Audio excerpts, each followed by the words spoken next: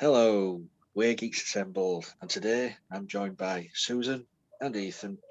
We're discussing a British movie, a cult British movie from the 1960s, 1963 to be precise, starring Richard Harris and Rachel Roberts in a Lindsay Anderson movie, This Sporting Life, set in the north of England, Wakefield, not too far from me, around about 50 miles away from me.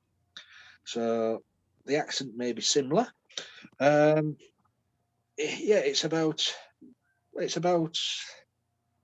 everyday life in the in the sports side of in the rugby set world of wanting, of trying to please everybody, and being quite selfish sometimes.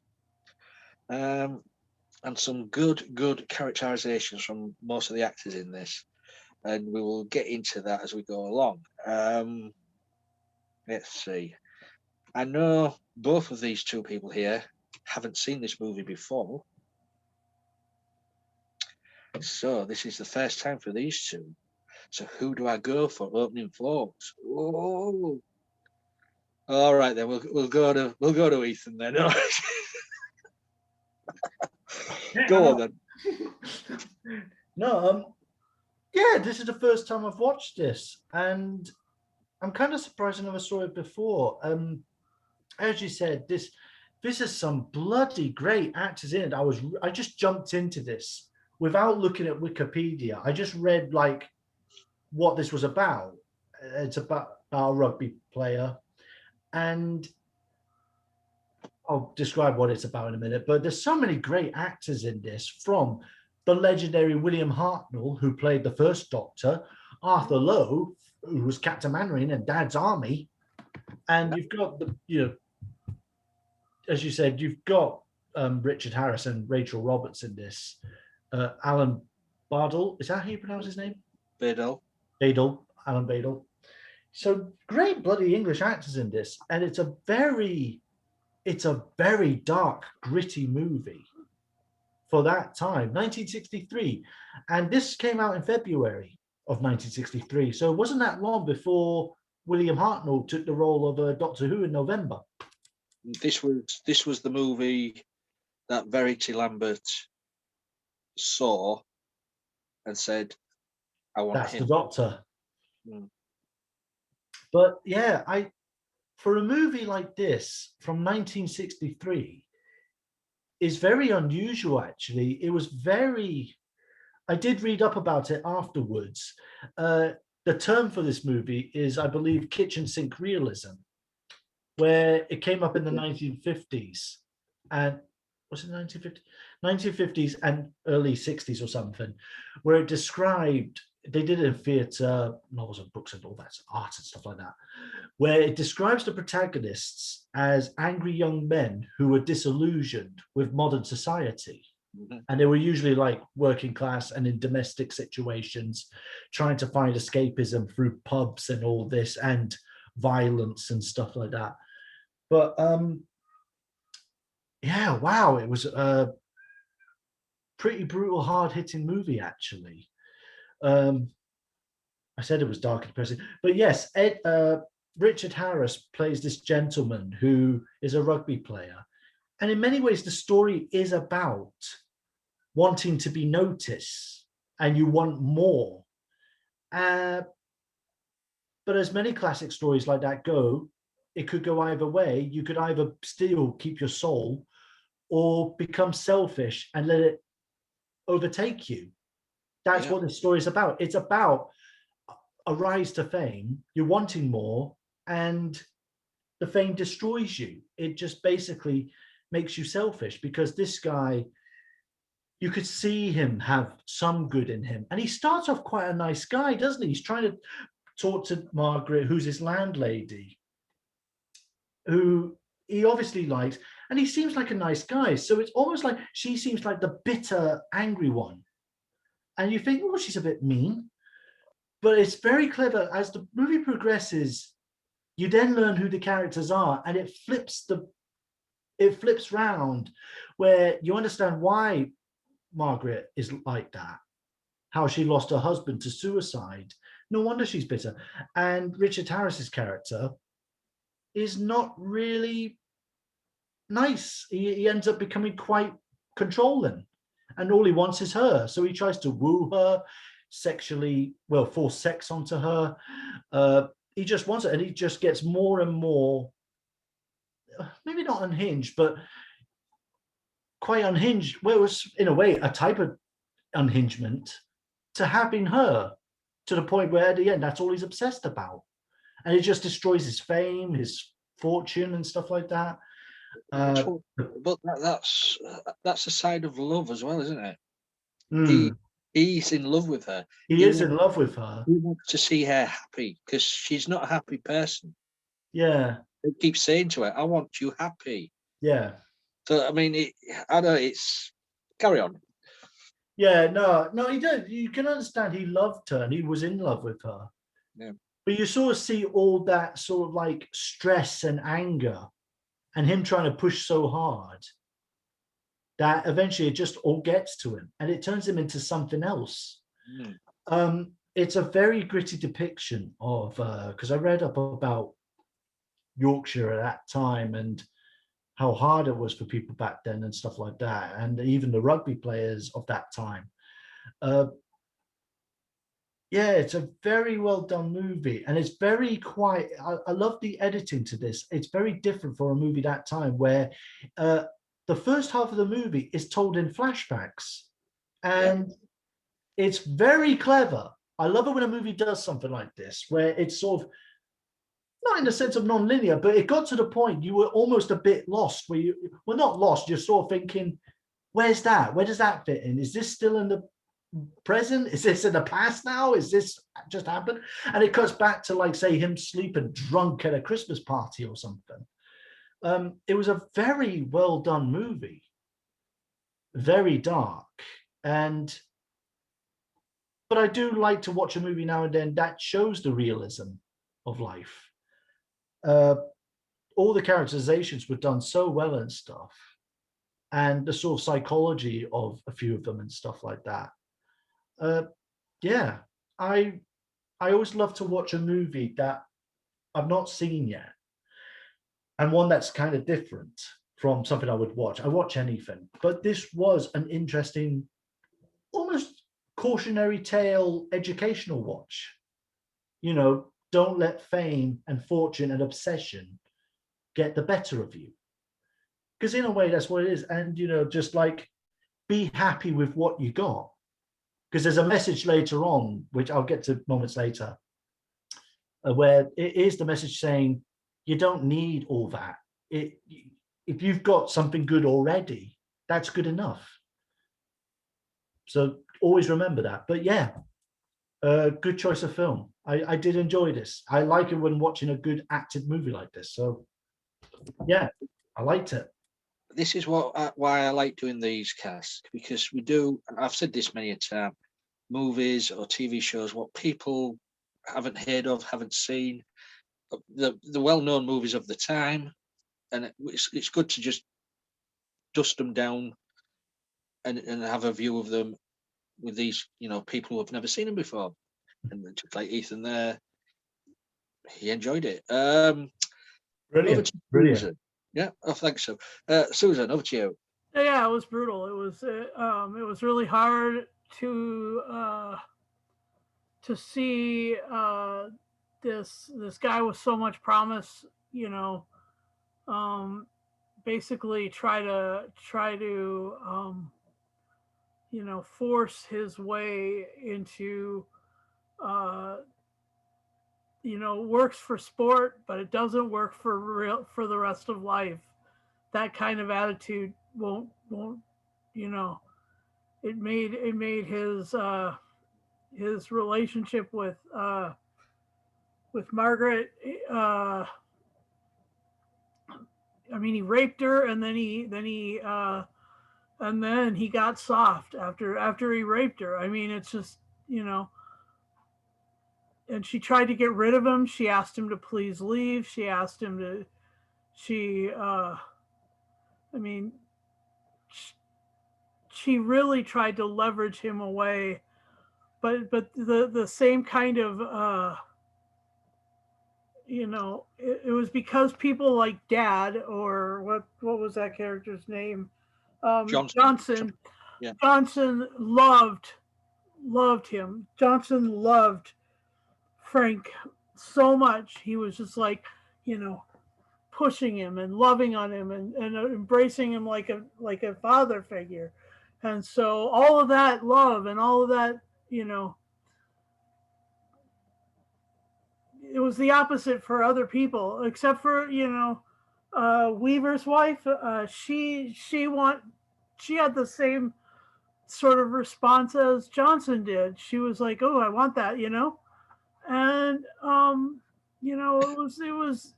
it was a real dichotomy. The two responses to him, either arm's length or embrace, and it started off with Weaver, embracing that too. But then at the end, he was like arm's length, and Margaret was like arm's length.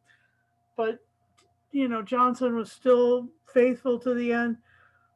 But, what's his name? Slormer at the end was like, this is my boy, Even though his stats were going down and he wasn't as good a rugby player anymore, his stats were going down. He was like, but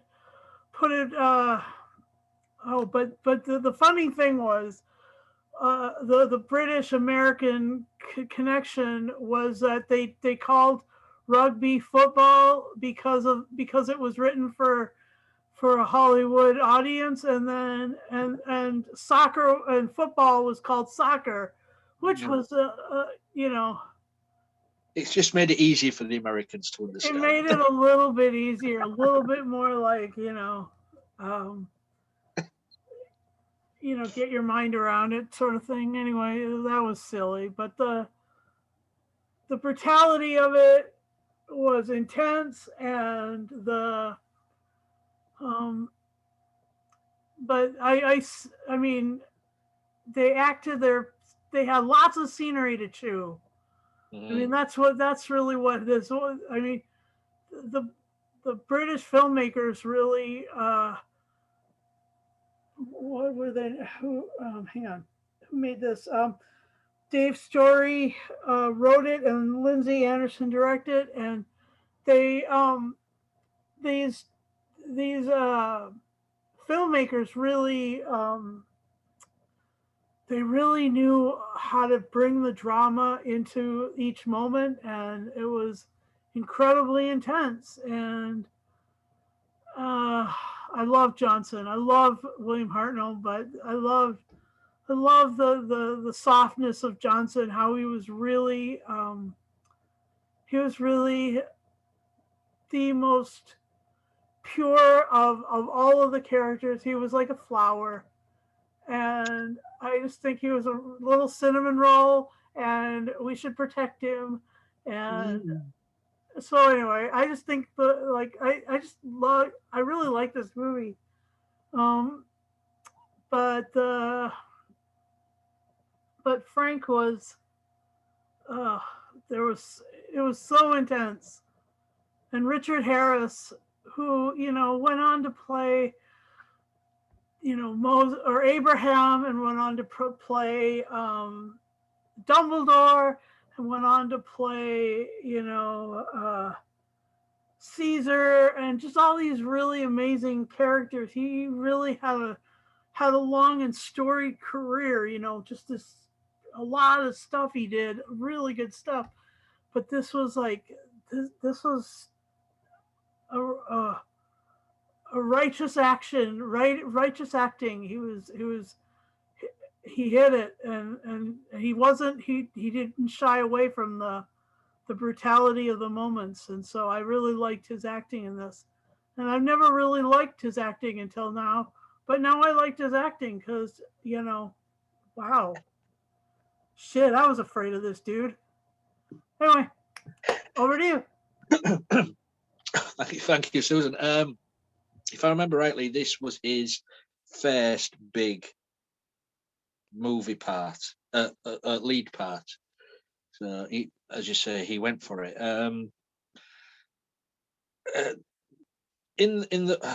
I've been reading in the book. Dad Johnson and the character Weaver are in it more in the book, but the director Lindsay Anderson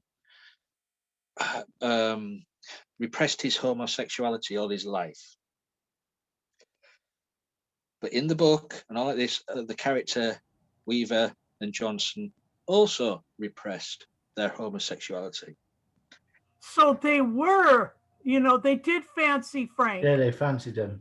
Well, Lindsay Anderson, the director, sort of put imagery in there, especially with the when he's in the car with Weaver and Weaver puts his hand on his leg, which gives the reasoning for Mrs. Weaver to go sauntering off with all the rugby players because she's not getting anything from her husband.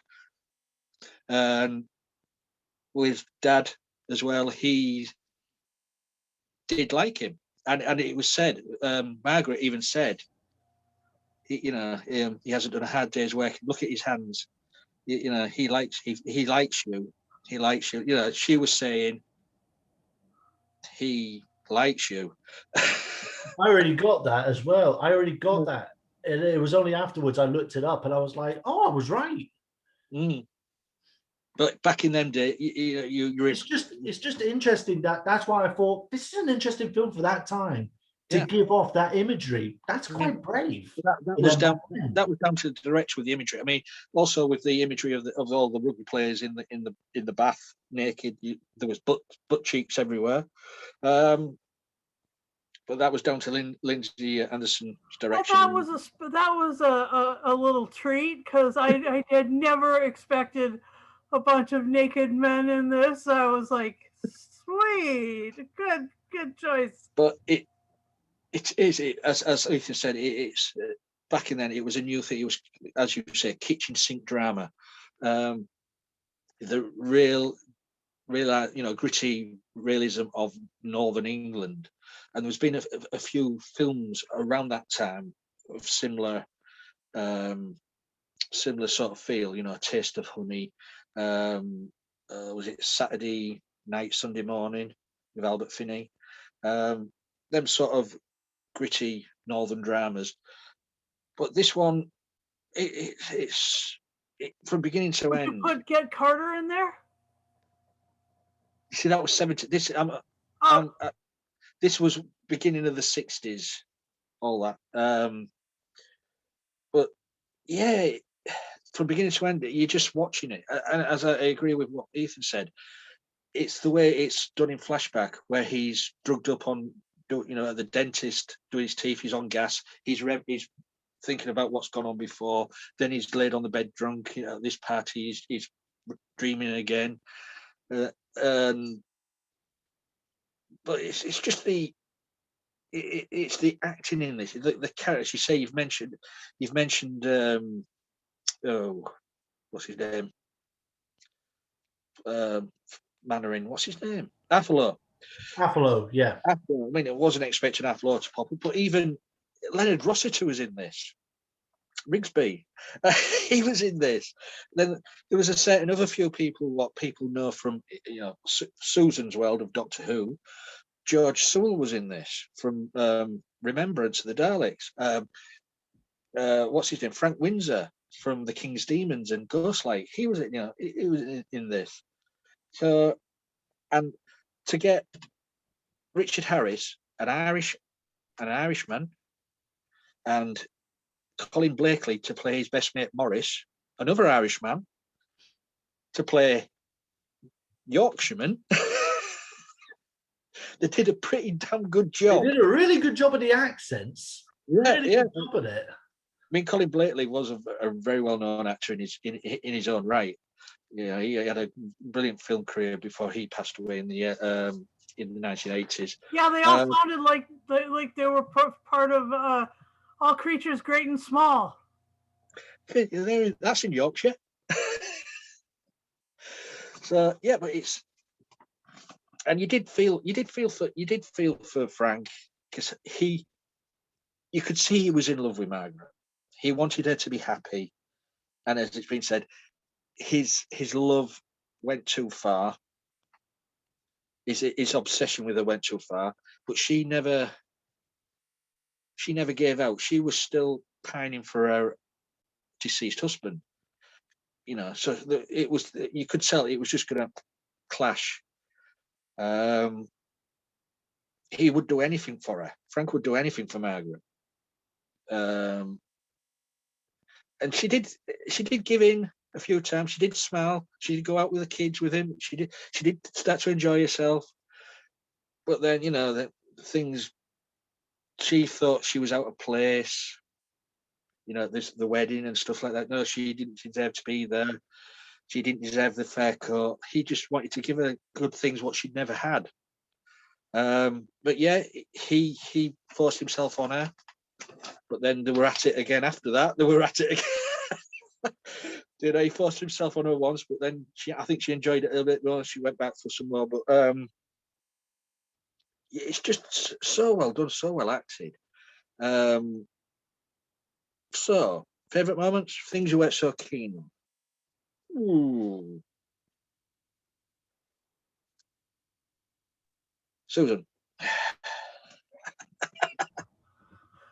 Okay, one of the scenes that I that really reminded me of a later movie was the scene in the restaurant. Reminded me of the Blues Brothers, where they were being so cringe, and so Frank was being super cringe. He was talking to all the other patrons, and he was putting his feet on the seats, and um, he was, instead of ordering what she ordered, which is, the gentlemanly way, he just ordered whatever he wanted, and he demanded it a certain way, and then they left, and he paid the bill, and it was just, the whole thing was cringe, like Blues Brothers restaurant scene was cringe. Yeah, and like, there have been a lot of restaurant scenes later than that, like um, uh, Ferris Bueller's Day Off has a cringe restaurant scene. Like, it is easy to mess with that state environment anyway. And Frank would mess with any state environment. And yeah, I do like the back and the forth editing. That was really amazing. And I guess my favorite scenes were uh, the end when Dad is trying to support him and trying to be there for him. That was so that pulled at my heartstrings really hard. And then the counterpoint to that, the other bookend was Dad discovering him at the beginning, and bringing him to the rugby match, and let's see, Frank with the kids was brilliant, soft, and he softened his performance enough to do that. And but otherwise, he was chewing the scenery the whole time, which was amazing. Really amazing. And yeah, the party where he's drunk on and laying on the bed, and all those dreams that he had or whatever. Yeah, it was like half of it was dream sequence, and half of it was real time sort of thing. I don't know. It was incredible, and yeah, all the actors that were in it were I mean, I was like, ah, George Sewell, and yeah, and what's his name? Anyway, Frank Windsor. Yeah. So anyway, yeah. All the Doctor Who connections were great, and especially since William Hartnell was in it, it was like the best thing ever. And I didn't know that he could play. He could play a character uh, that was so precious and such a cinnamon roll. I see the Doctor differently now. So anyway, there's a I'm gonna go back and watch it, the whole first Doctor thing again. Anyway, back over to you, Lee. Thank you, Susan. You see, I always know when we do an old movie, Susan loves any Doctor Who connections.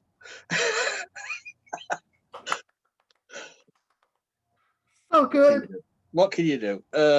Right, over to Ethan. Here's a shocker. I actually found it quite hard to pick a favorite moment in this one. I actually really did, because I loved the entire movie. But because some of it was so dark and sad, it's quite hard to pick a favorite moment in this one. Mm-hmm. But after talking about it, I have to say, I do love the evolution of the two characters, Frank and Margaret. I love how, when you don't know it, jumping into this movie, you sort of see him as this hardworking guy who loves these two kids, and he's in love with the landlady, and you think he's doing such a good job, and he's doing so well, like trying to be nice and stuff, and he's trying to make it there. To like when he does become successful, like take him to the park, and he buys that car, and he says to the son, "Don't ignore your mum, I'll take you for a ride," and stuff like that. And she's constantly like, "I don't want the fur coat, I don't want to go in a car," and stuff like that. "I don't want to go to your friend's wedding," when they go to. It's heartbreaking. It's heartbreaking when you actually start to see where these characters are going. She's always going to be pining, wishing her husband was still alive. I mean, he committed suicide. Of course that's going to traumatize someone. There's people I know that have been through that, and it destroys them utterly. And it's even like that whole desperation of wanting to give someone something that they've never been able to get. Like, I could show you the world of the rich, this beautiful world of fine restaurants and stuff like that. I could buy you a fur coat and stuff like that. But it's always been like, no, no, no, no, I don't want that. Don't want that. I'm happy with just being a single mom looking after my kids. And of course, it all gets to him, and you start to see the obsession and power. Almost, like he started off wanting to be recognized and get somewhere.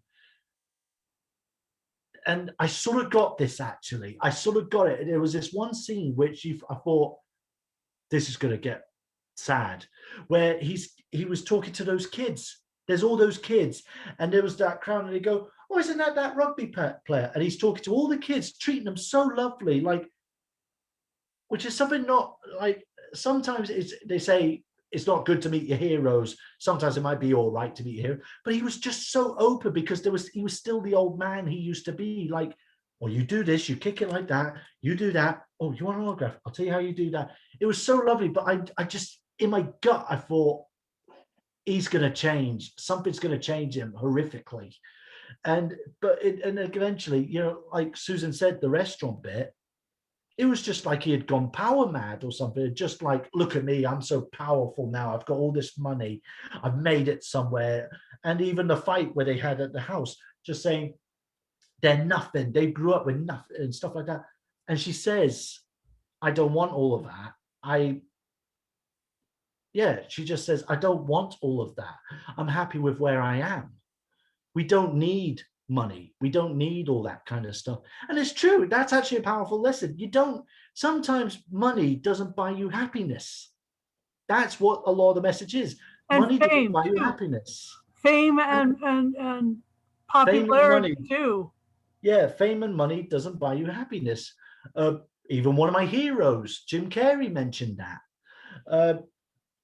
it's so heartbreaking. I found it quite hard to pick a moment, but I thought that I do love the story it's telling, because I think people need to watch this to understand there's a lot of people in this generation that are desperate to be handed something on a silver platter. It's not, you have to work hard, but don't forget who you used to be. Always keep your heart and soul. And of course, with his obsession with Margaret, it just got to the point, and even it just got to the point he did become just a brutal imp on the field, where it gets to the point where she dies of a hemorrhage. I was bloody mortified. I was watching this, I didn't know what to think of it. I was just mortified. And of course, he just loses it. He goes back to the house. And it's that shot where he just finally goes, Margaret, Margaret. He finally goes mad. And he has his hands on the banister or some pole. Yep, he becomes a human ape. Yeah, he's literally hanging on it like an ape. He becomes an ape. He becomes what he's hated. And it is a very good story. And I just found it hard, but I do love the story that it tells. This evolution of characters. If you've got a good story like that, you do get invested and want to see where it goes. And it's a very good lesson. So that's my part on the favorite moments. If you've got a good story, and especially from 1963, bloody hell, well done. I need to see all these other kitchen sink realism stories and movies. I'm sure I've seen a couple more, something like this, but like a certain roughly around the same time, the early 60s, Saturday night, Sunday morning. But that's the only thing I could think of was my favorite moment. I just found it so hard because, of course, it's so sad. And you get movies like that where they say, what's your favorite moment? I don't know. I was so bloody depressed. It's heartbreaking. And you, like you said, you can't help but feel sorry for Frank. There's moments where you think, do I feel sorry for him? No. You just feel sorry that he's fallen so low and he's lost all of that. No. I do not feel sorry for him. You just want, well, you sort of go, do you? Well, I suppose in a way, you sort of go, do you feel sorry for him or do you not? Because of course he could have been a good. Stop waving your bloody finger at me. But because he started off as a somewhat nice guy, and he could have been so much better. You could see it, how he treated the kids, how he spoke to those fans. But eventually, like, I suppose, when you think on it, he became nasty. He became so obsessed. It depicts, all the abuse that, home abuse or domestic abuse. That's the word I'm looking for. Domestic abuse. It depicts human nature. Yeah, it depicts human nature and just domestic abuse and how far it can go. I mean, that bit when he was getting so mad and started hitting her. That was awful. You see when he was so strong, Ethan. He was such a, because he played rugby. I mean, in Montana we had a bumper sticker that all the rugby players had that said "Give blood, play rugby." I mean, it's brutal, and you have to be super built to do it. And so if you were to hit somebody who is a smaller person,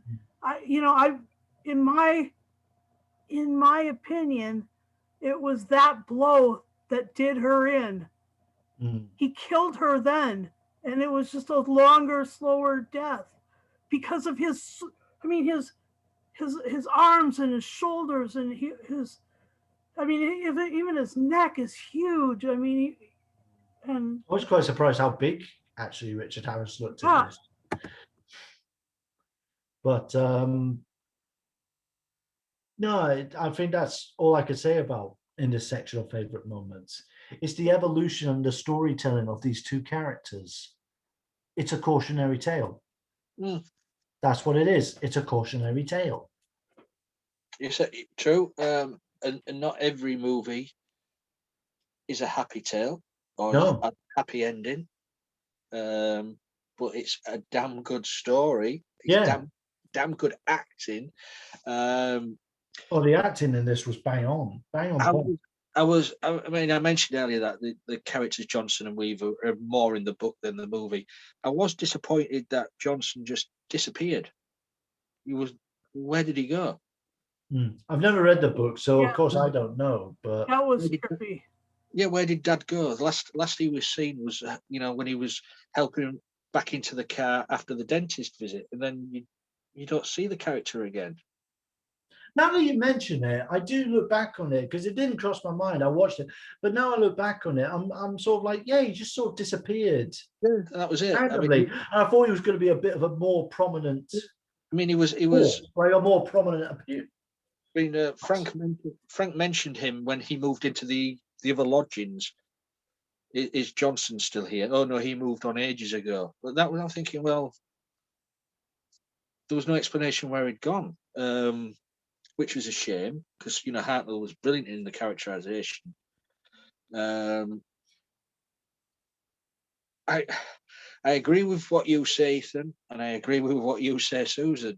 It's a difficult one. He's a lovable character, but went on a downhill slope.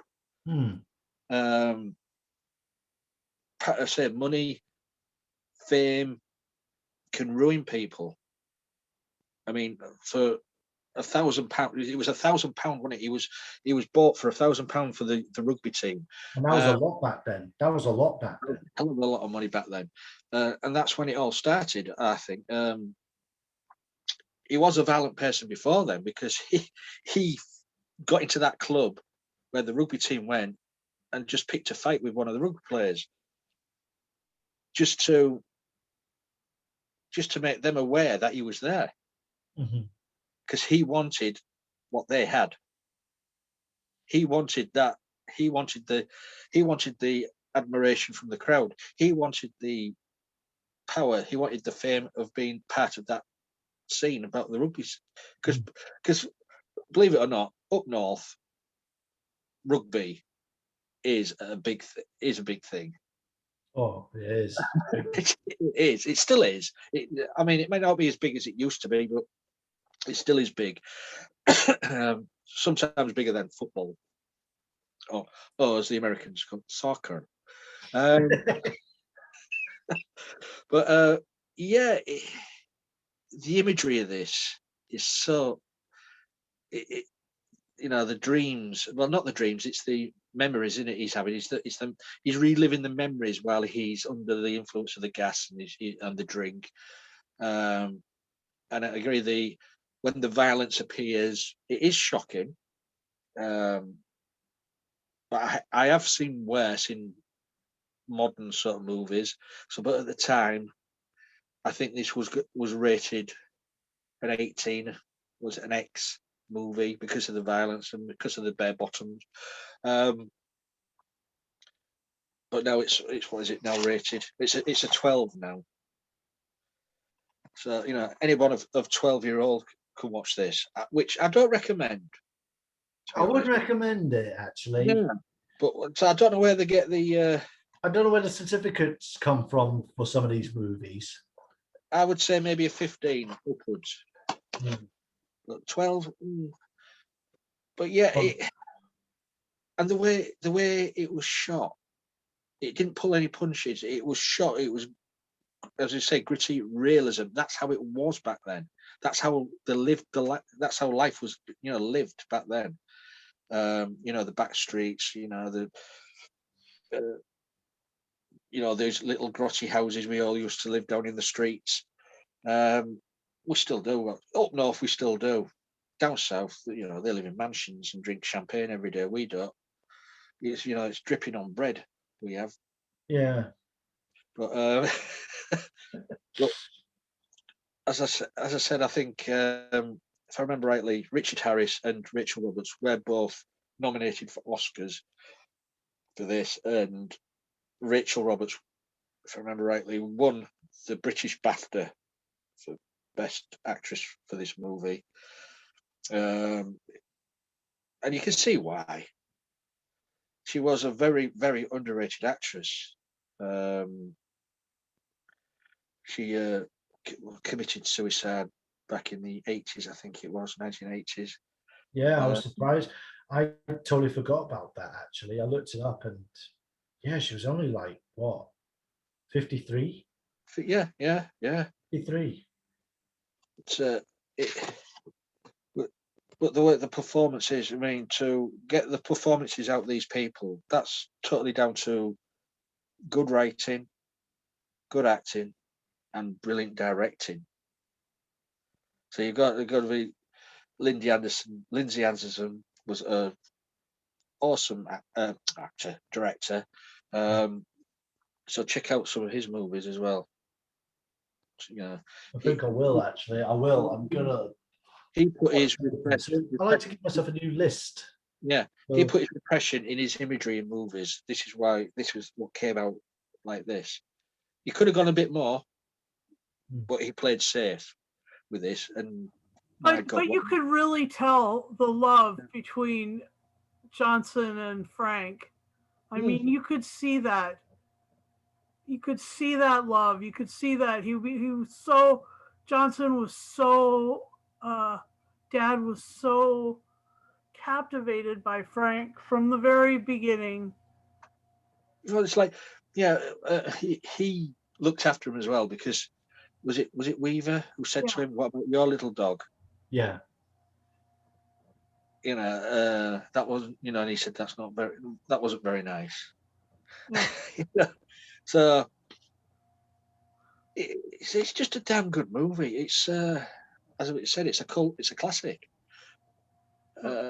Not many people of the modern generation know about it, and this is why Geeks Assembled exists. To educate.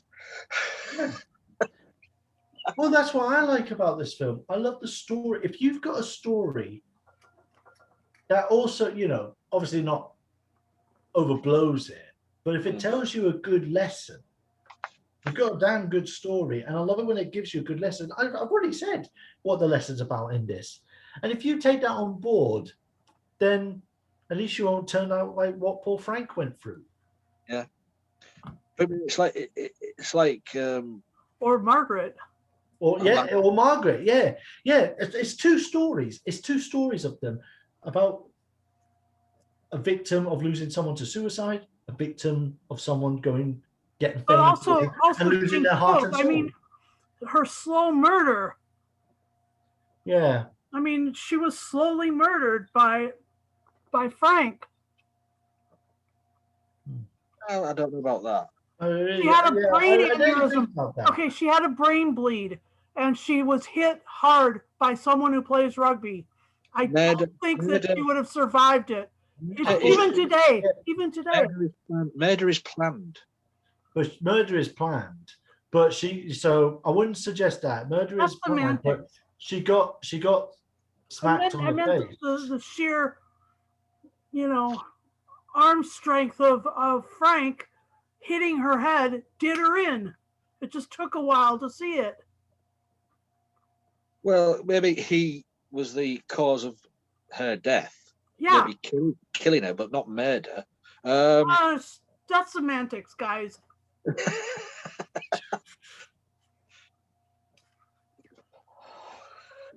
But we could all do that. Yo. You look as though you're posing for the next hip hop album. But teaming up with Run DMX. Oh, sorry, I'm in the present now. So it's like the scene with Arthur Lowe. He takes Frank out of the room where the Weavers are at the party. You know, you're going to walk me to the car, aren't you? So he got him out of that room, and he knew the advances of what Mrs. Weaver was giving him, because he knew she's done it to every bloody rugby player going. Yeah. And he knew, don't go down that route. because the Weavers are bad news. Yep. I mean, that was a great scene. That little scene there.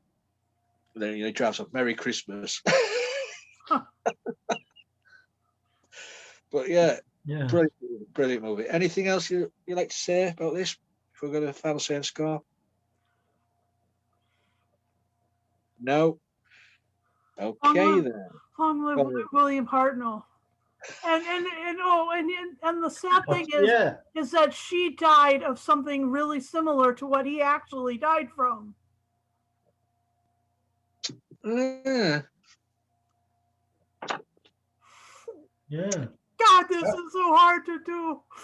It's I suppose I gotta say, because of being a Doctor Who fan and because we've mentioned Doctor Who, just as well William Hartnell did this movie. Because anyone who got a certain director could go, oh, he'd be good for that new show I'm coming up with. Yeah. What one? Oh, something about a doctor from space. What? Yeah, if it was, it might have been another actor who would have got. Yeah, it could have been another actor, but William Hartnell, as fate would have it, he got this role and he got noticed by some director and he was like, yeah, what? This show we're doing. He's a precious little cinnamon roll himself. He did a nice little Yorkshire accent. Yeah, he was good at doing the Yorkshire accent. They all did very well with the Yorkshire accents. And my dad's from Yorkshire as well, so. And that scene where Frank grabs and twists his hand. Oh, that was sad. Yeah. Why are you doing that? I don't know why I'm doing it. Yeah. But so well acted. Right then, final say and score then, for This Sporting Life. Go on, Ethan. I thought you were going to make Susan there. God, what can I give it? Well, if you like it, you like the story, you like the grittiness of it, it's a bit dark, but if you like it, score it what you want. Do you know what? I always thought I would give it a 9 out of 10, but I'm actually going to give it a 10 out of 10. I'm going to give it a 10 out of 10. I do like stories. Yeah, okay, it's a punch in the gut and balls, but it's a movie that's got balls of steel, where it really does show you the gritty realism of life. And I do like a story like that now and then. Obviously not every day, otherwise I'll be depressed as hell. But I do like to watch a story that I like to mix and match with movies. So this movie, it depicted something that was, I think everybody should watch as a lesson. And it's a very good one at that. And I'm glad I watched this actually. So the choice for this film, yeah, I really liked it. It is hard. It is depressing. And I did nearly cry. I did start to cry up at a few bits. But yeah, it's a good story, a very good story. It's molded well together. Yeah, I don't know who suggested it. It was just on the suggestion list, and it was just picked. So,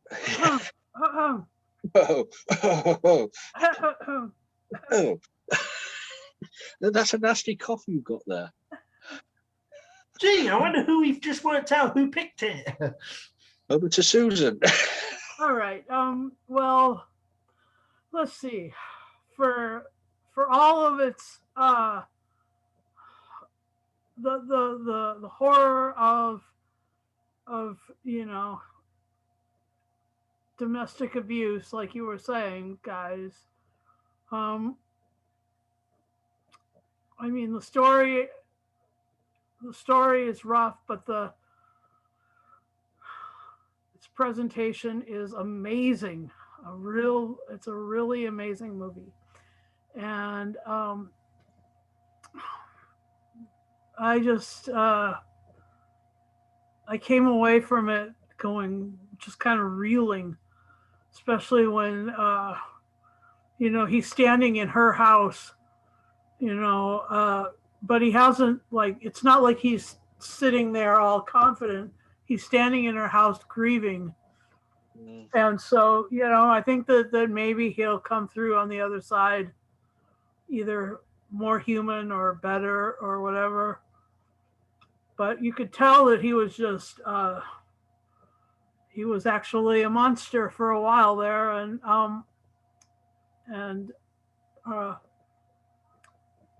yeah. So I'll give it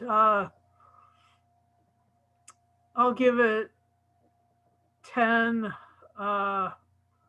rugby scrums with naked guys out of 10. And return it to Lee. See, every cast we do, when at the end of it, she lowers the tone into the gutter. Every time. Yeah, it's a pretty good movie. I'll tell you before I forget, nobody mentioned the scene near the end where Margaret does die. And Frank comes out of the room and he ignores the children. He just looks at them and walks out. And you just see them on their feet, just sat there on the feet. You think, wow. Yeah, no, yeah, I know. I noticed that. I didn't mention it, obviously, but that's right. He's just that gone. was horrible. He's just totally gone. All that care is just annihilated from him. Yeah. So for me, I would say this is one of the, no special effects or anything like that. This is one of the greatest movies for me personally ever made, I would say. And people out there should give this one a watch. It's going to be 11. It's just a powerhouse of performances in this. So I'm going to give it 10 odd-shaped balls out of 10.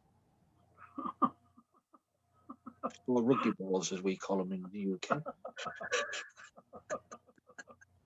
That's not what I thought you were talking about. You didn't see any of them in the film. Yeah. Odd-shaped balls. So that's our review of This Sporting Life. Go and watch it. Download it, buy it, stream it, whatever you want to do with it. I'd like to thank Ethan. It's on YouTube. Oh yeah, it's on YouTube as well. It's on YouTube and it's free, and so there you go. You can watch it a million times, over and over and over again, if it doesn't drive you completely around the twist. How many times have you watched it?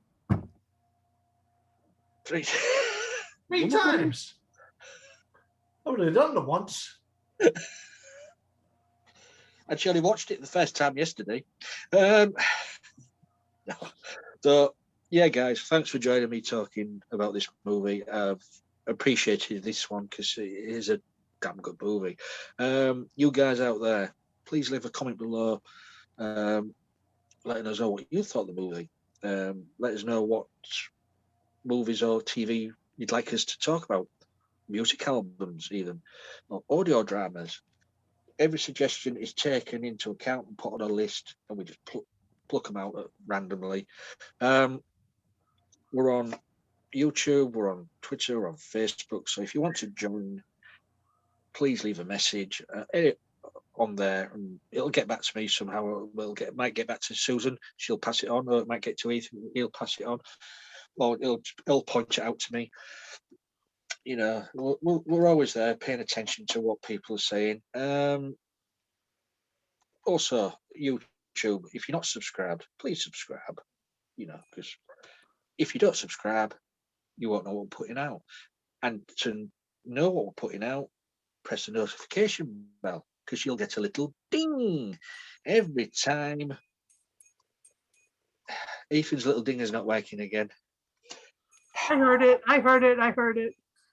Yeah, I think you need Ethan, you need a bigger dinger. All right, then. Of his life. I'm going to need to get one of those bells where they were like, heary, heary. And I don't know what that accent was. So he's a bit mental. So Not that much. Don't worry, guys. No, he's so mental. He moved even further north than England. He's in Scotland now. yeah, I'm hoping he'll move even further north until he sees penguins.